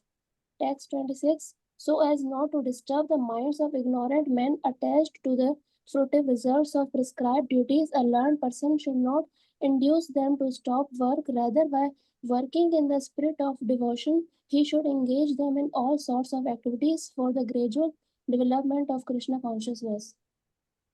Okay, thank you very much. Yeah. So Krishna is saying, I don't have anything to do. I'm the Supreme Personality of Godhead, the Supreme Controller, the Supreme Enjoyer, but still I'm doing my prescribed duties. Right. So when Krishna was in Vrindavan, he was doing his prescribed duties. Right. He was in a Vaishya community who were protecting cows. And so every day he was getting up in the morning and going out and helping his father milk the cows. And then he was taking the cows out to the pasturing grounds and leading them to the fresh grass. If any of the cows were wandering off, he would go and get them and bring them back to the herd. And he would take them down to the Yamuna to make sure they were getting water. So in that way, he was taking good care of the cows. When the time was right, then he would, get onto a tree in a place called Terakadamba in Vrindavan, and he would play his flute and call all the cows. They would all come running, and then he'd be calling them all by name and counting. He had some counter beads that he would count all the cows as they passed through that place, and then he would take them all home and bring them to the Goshala and milk the cows in the evening, like that. So he was doing his duties every day. Without fail, Krishna was doing his duties in Vrindavan. And then when he went to Dwarka, he was also doing his duties, right? He was there in the palace in Dwarka with Rukmini, and he was waking up early before sunrise, and he was doing his sadhana, right? He was doing he would chant his Gayatri, he would meditate on himself, right? When we wake up, we meditate on Krishna, but Krishna, because Krishna is the object of meditation, Krishna sets the example by meditating on himself. And then he would go off to work, right? He would go to the Sudharma Assembly House there in Dwarka, and he would meet with the ministers, with Uddhava and Balaram and other great personalities who were involved in the management of the state affairs, and they would make important decisions, and they would, take care of the citizens and listen to complaints, respond to problems, solve the problems, things like that. So, and if there was some threat, someone was attacking, like Jarasandha, Kalayavana, some demons were attacking, then Krishna, because now in Dwarka he was like a Kshatriya, he was like king of Dwarka. So he would be out there and fighting and heading up the army and protecting the city, the kingdom. So like that, Krishna was performing his prescribed duties. He wasn't just sitting back and saying, I'm the supreme enjoyer, I'm just going to enjoy life. You all can do the work. Because then everybody else is going to be like, oh yeah, I'm also going to enjoy. Let the ordinary people do the work. We're the leaders, we don't have to do anything. But Krishna showed, no, leader also has to work and set a good example. So like that, Krishna is giving himself. He's saying, yeah, you should do this. This is why King Janaka did it. Even I do it. And then in text 24, it's interesting because he says that if I did not perform my prescribed duties, all the worlds would be put into ruination. I would be the cause of creating unwanted population, and I would thereby destroy the peace of all living beings. So this is interesting because this was one of the reasons that Arjuna gave for not fighting, right? He's thinking, oh, I don't want to fight because if I fight, then I'm going to be the cause of unwanted population, and it's going to destroy all the religious traditions, and it's going to destroy the peace for everyone. There's going to be social chaos. So now Krishna is making the point that no, if you neglect your duty, if you don't do your prescribed work of fighting, then you're going to create unwanted population because everyone's just going to become irresponsible following your example. Yeah. Who needs to mute? Who is it? Manisha.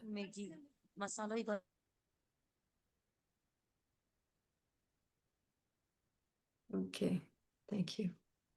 So, yeah. So it's not by neglecting our duties that we maintain the health of society, but it's by doing our duties. So this is a good lesson that Krishna is giving Arjuna here, directly counteracting his argument.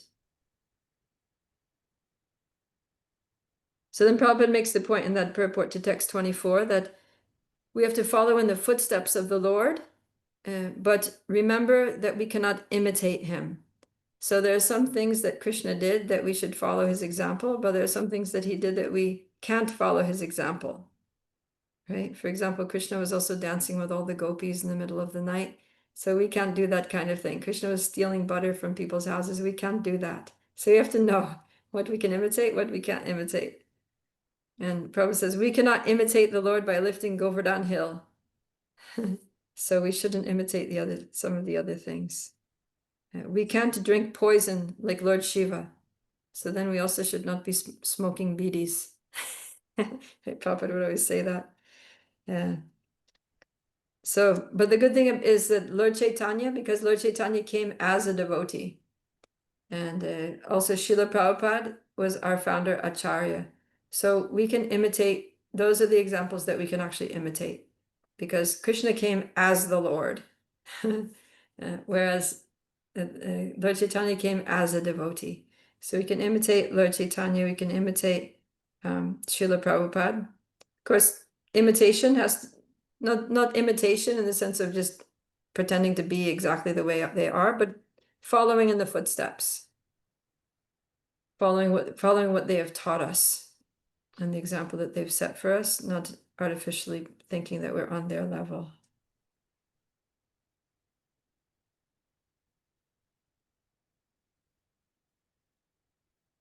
Okay.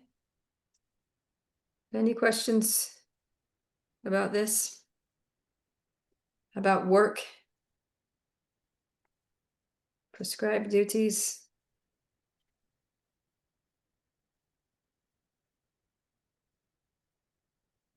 You all are quiet today. Yesterday we had a lot of questions. Oh, Shobha.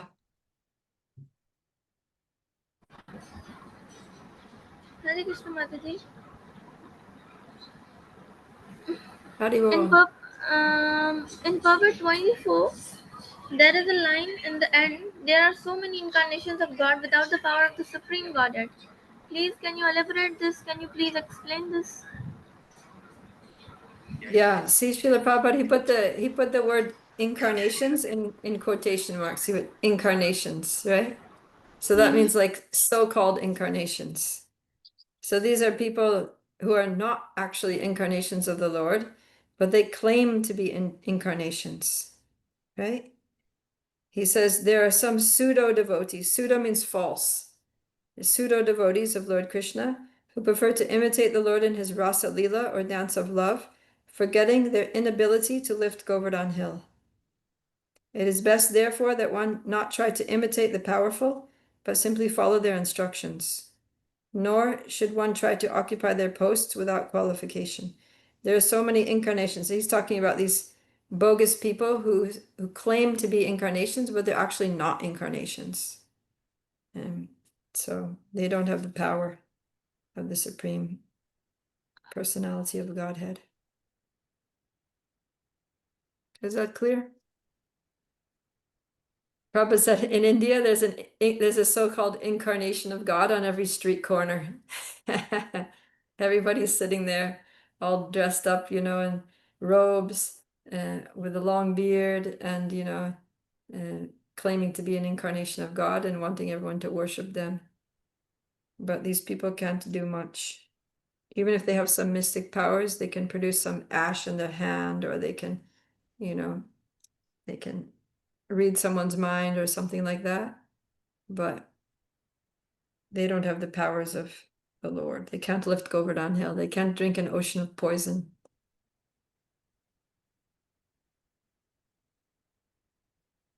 Okay, so we have to know the difference between who's God and who's not God. Because a lot of people are making a lot of claims out there. And there's so many ignorant people who are believing them. Right? There's so many people that think that whatever, Sai Baba and different people like that are God, that they're actually God.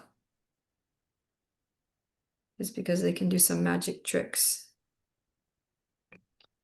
So we have to know from the scriptures who is an actual incarnation. If you read the second canto of Srimad Bhagavatam, it lists so many different incarnations and their names, their qualities, their activities.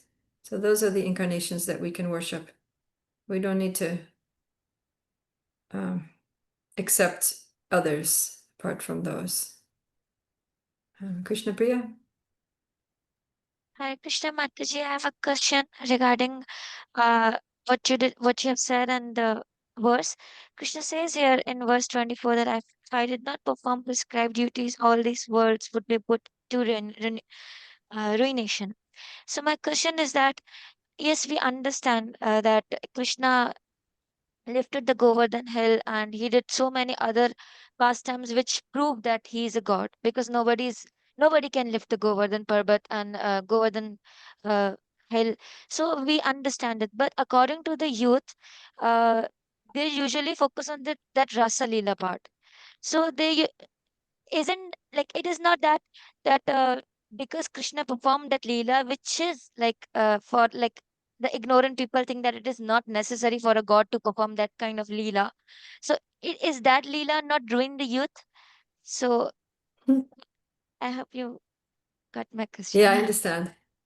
So somebody might wonder, well, if Krishna is setting a good example for ordinary people, then why did he do the Rasa Leela, right? Why did he do that at all? He should have just kept that to himself. He didn't have to show that in this world. He can keep that in private in Goloka, right? Where everybody's pure. They won't misunderstand. Yeah, so the thing is that when Krishna came to this material world, he wanted to show his pastimes. He wanted to display life in he wanted to display the beauty, the attractive nature of life in the spiritual world for the purpose of attracting us to go back home, back to Godhead. So in material world, everyone is attracted to some interaction between male and female, right? Everyone gets excited about something romantic. So Krishna is showing that there's also romance in the spiritual world. Right? There's music, there's singing, there's dancing, there's parties, all night long parties. All the things that you people like here in the material world, it's all there in the spiritual world too, but in its perfect, most pure form, right? With no lust, with no envy, with no greed, with no, exploiting others for our selfish enjoyment. But it's all done out of pure love, where the soul just wants to give pleasure to Krishna. Krishna wants to reciprocate by giving pleasure to the soul in all different kinds of relationships. Right? There's nothing in this world that's not in the spiritual world. This world is a perverted reflection of the spiritual world. So all the varieties that we have here, they're also existing there, but in their, eternal, pure state. So in the spiritual world, there's pure love. And when in the material world, that love gets reflected and perverted into lust. That's what happens. So, yeah. So Krishna, he needs to show these things to attract us, to go back home, back to Godhead, and to show us that the absolute truth is not impersonal. The absolute truth is a person. He's Krishna, and he has so many personal relationships with other persons who are his devotees, his eternal associates. And we are also eternally persons, and we all have some relationship with Krishna, whether it's, as a passive admirer in Shantaras, whether it's as a servant in Dasyaras, whether it's as a friend, like the cowherd boys in Sakyaras, whether it's parental, like Mother Yashoda, or the different older cowherd men and women that take care of Krishna in Vatsalya Ras, or whether it's like one of the gopis or queens of Dwarka in Madhurya Ras. All these different relationships are there, and they're all possible. We all have eternal relationships with Krishna, and these relationships with Krishna are so joyful and beautiful and attractive and satisfying. And this is the relationship that we want to have, right? So instead of just getting preoccupied with all of our, material relationships here in the spiritual world, in the material world, and thinking that they're going to make us happy and just being frustrated and annoyed, we can focus on a relationship with Krishna and know that that's never going to be frustrating. It's always going to be a source of great joy, ever increasing transcendental bliss. So Krishna took a risk He took a chance. He's like, I have to show them this. And I hope that they're not going to misunderstand me. And I hope they're not going to use this as an excuse to do their own nefarious activities. But in any case, it's a chance I have to take. I have to show them this because this is who I am, basically. He needs to show us all about himself.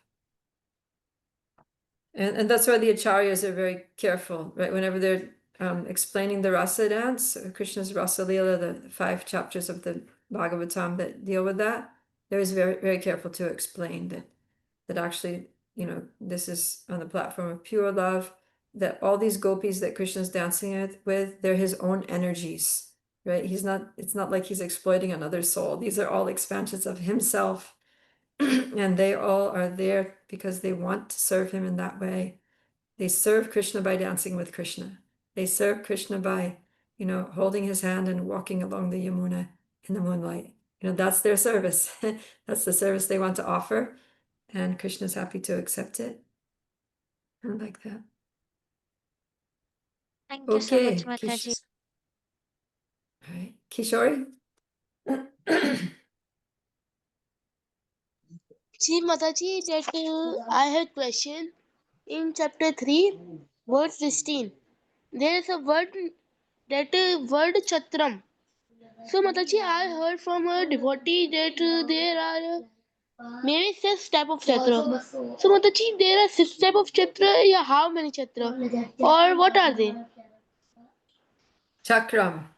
Yeah, here he says, Evam pravartitam chakram. So chakra means the wheel, right? Like Krishna has his Sudarshana chakra, means the wheel. So here it means the wheel of sacrifice. So the wheel turns, right? We think of cycles like there's the wheel of time that keeps turning, right?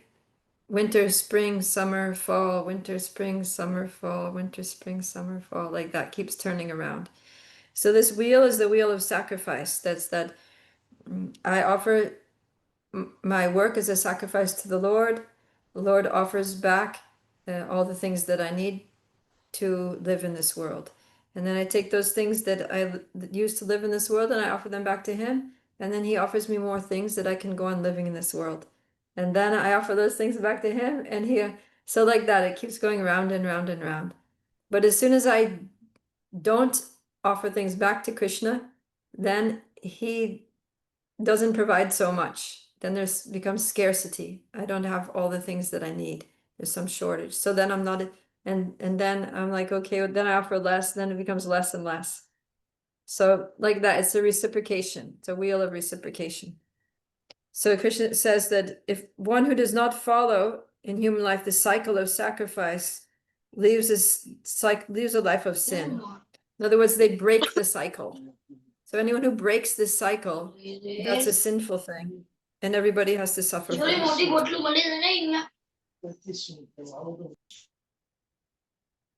Okay? Understand that? So, Mataji, what are the chatras? What are the name of the? Which chakras? They're just talking That, about Krishna's just.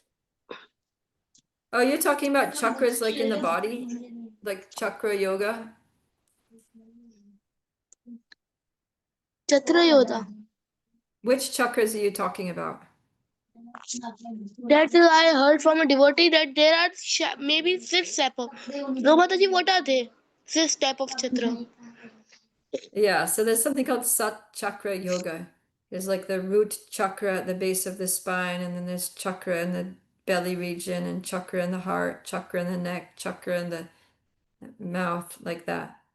So yeah, that's a whole different thing. That's not what Krishna's talking about here, but it's a kind of yoga. I think they call it Kundalini yoga, where you try to raise your prana, raise your life energy up, you know, to elevate your consciousness. We don't practice that, but that happens automatically when we practice bhakti yoga, right? All the other yogas are included in bhakti, and all the benefits that you get from any other yoga, you also get from practicing bhakti. So we don't have to worry about that too much. We just chant Hare Krishna, serve Krishna, right? and everything's good. All the chakras will become perfectly balanced. Is that okay? Okay, Mataji. Okay. Okay, we have 5 minutes. Anything else? Oh, Rashni.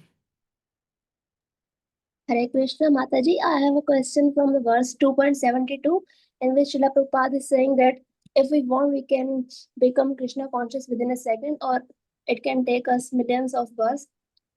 As example is given that Khadwang Maharaj, just few minutes before his birth, he surrendered to Krishna. So the people who are worldly minded persons, they think that why we should waste our time, our whole life in bhakti, and then if we can just become Krishna conscious at the time of death only by chanting his name at the time of death or remembering him at the time of death, then why should we waste our whole life in bhakti? Then why? How can we change their mindset? Yeah. So the thing is that our consciousness at the time of death depends on what we did throughout our whole life. So yeah, our consciousness is a culmination of all the things that we thought about. And usually at the time of death, we're going to think about that thing that is most dear to us, that's most important, that we value the most. So, oftentimes parents, when they're at the moment of death, they'll be thinking about their dearest child, or, a husband will be thinking about his beloved wife. You think about the most dear person. Or you might think about, if you're very into your career, you might be thinking, oh, my business, I was going in this direction and I need to communicate with people to make sure that my sons or my employees do the right business choices. You'd be thinking about what's most important to you. So for most conditioned souls in this world, Krishna is not the most important thing in our life, right? So we have to practice that. We have to practice bringing the mind to Krishna, learning about Krishna, developing relationship with Krishna so that Krishna becomes the most dear object of our affection. And then at the end of life, we're naturally going to think of Krishna. But it takes some time, takes some practice to bring our consciousness to that point. Yeah, so it's not just anybody that can automatically think of Krishna. This Maharaj Katvanga, he was already a devotee. And he had just, done a huge service to the Lord, helping the demigods, fighting against the demons. He was doing all that as a service to the Lord. And then it was just a question of that last minute, just focusing, just really focusing. So, you live your whole life serving Krishna, doing different services. And see, while you're doing your service, you may not be directly thinking of Krishna because you're focusing on your service, right? Let's say you're the temple accountant. So you're doing all the books, all the numbers, and entering everything into spreadsheet. So you have to be attentive to what you're doing so you don't make a mistake. So you can't be thinking directly of only of Krishna at that time. You have to be thinking what you're doing, right? So while we're doing our services, we're doing it for Krishna, but often we're focused on just doing what we're doing so that we can do a good job for Krishna. So then through your life, you're working for Krishna, doing your service for Krishna, focusing on your service, praying to Krishna for empowerment and all that. And then at the time of your death, you're just like, all right, I'm not doing any more books. I'm not doing any more, whatever you're doing for Krishna throughout your life. I'm just going to focus right on Krishna. Right? Of course, during our japa is supposed to be like that. Japa is supposed to be that time where we're just focused on Krishna. It's like almost like preparation for the time of death, so that the mind is trained to just think of Krishna. But it takes training, it takes practice. It doesn't just happen automatically. There was one devotee, actually, he was in a car accident, and then he was lying there. He was like lying underneath his car. Car rolled and he got thrown out of the car, and the car rolled on top of him, but he didn't die. He was all broken bones and things, but he was alive. And then he was thinking, oh no, I'm going to die. And then what popped into his mind was this TV commercial, some little song, like a marketing jingle, these little songs they have. That thing popped in his mind, and it was going through his mind. It was some advertisement for a, washing up liquid for washing the dishes. And he was like, oh my God, this is crazy. I need to remember Krishna, not remember this stupid, advertising song. So then he was happy that he didn't leave his body at that moment. Krishna let him live. He's like, thank you, Krishna. I need some more time to prepare my consciousness so that it will automatically go to you at the time of death. So yeah, it's not automatic. We don't always have the control over our mind. Even now, right? Even now, when we're very healthy and strong and aware, full consciousness, even now it's hard to control the mind and think of Krishna. Right? When we're chanting our japa, we think of so many things, everything except Krishna. Right? So what to speak of the time of death when our body is in pain, or we're very sick, maybe we're under medication, or we're hospitalized and we're going in and out of consciousness. Then if in the perfect state of health we can't remember Krishna, what to speak of at the time of death? Right? There's one prayer like that by one of the acharyas. He says that better let me die now while I'm my senses are strong and my mind is strong and I can think of you, because at the time of death, I don't know if I'll be able to say your name. Maybe my throat is going to be choked with mucus and my passages are going to be full of, blood and whatever. You don't know what your situation is going to be. So we really need to practice. We need to prepare ourselves well for that moment and pray to Krishna throughout our lives, right? Okay. And the other thing is that who knows if you're going to live to old age, right? Many people die young. They leave their bodies at a young age. So if you're thinking, oh yeah, when I'm like 75 years old, 80 years old, then I'll start doing Krishna consciousness and prepare for death. But now, in the meantime, I'll just enjoy my life while I'm young. Who knows if you're going to live to 75? Who knows if we're going to live another day? There's no guarantee. So we need to be ready. Be ready at any moment. Okay. All right. So we're at our end of our time. Thank you very much. So for next class, we'll have on Monday, finish reading the verses and purports for chapter 3. We'll finish that on Monday, and then we'll do chapter 4, Tuesday, Wednesday. All right, then. Thank you very much. Bhagavad Gita ki jai. Srila Prabhupada ki jai. Gaura Premanand. Hari Hari Bol. Hare Krishna Thank you so Mataji. much, Hari Hari Mataji. Bol. Thank you so much, Mataji. Hare Krishna. Hare Krishna. Yeah. Thank you all. Hare Krishna. Hare Krishna Hare Mataji. Krishna Mataji. Hare Krishna. Hare Krishna.